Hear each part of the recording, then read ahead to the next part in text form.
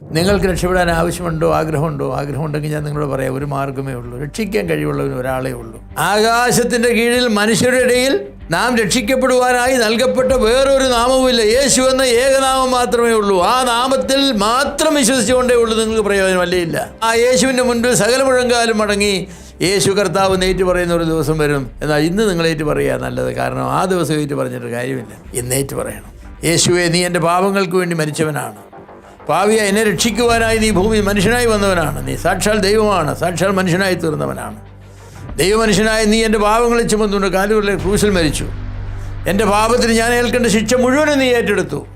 അത് ദൈവം അംഗീകരിച്ചു എന്നുള്ളതിൻ്റെ പരസ്യമായ തെളിവായിട്ട് യേശു ക്രിസ്തുവിനെ ഉയർത്തെഴുന്നേൽപ്പിച്ചു. വീണ്ടും അവനെ രാജാവും രാജാതിരാജാവുമായി വെച്ചിരിക്കുന്നു. അങ്ങനെയാണ് ഇന്ന് നിങ്ങളുടെ മുഴങ്കാല യേശുവിൻ്റെ മുൻപിൽ മടക്കിയാൽ അവൻ നിങ്ങളുടെ രക്ഷകനാണ്, നിങ്ങളുടെ പാപത്തിൻ്റെ പരിഹാരകനാണ്.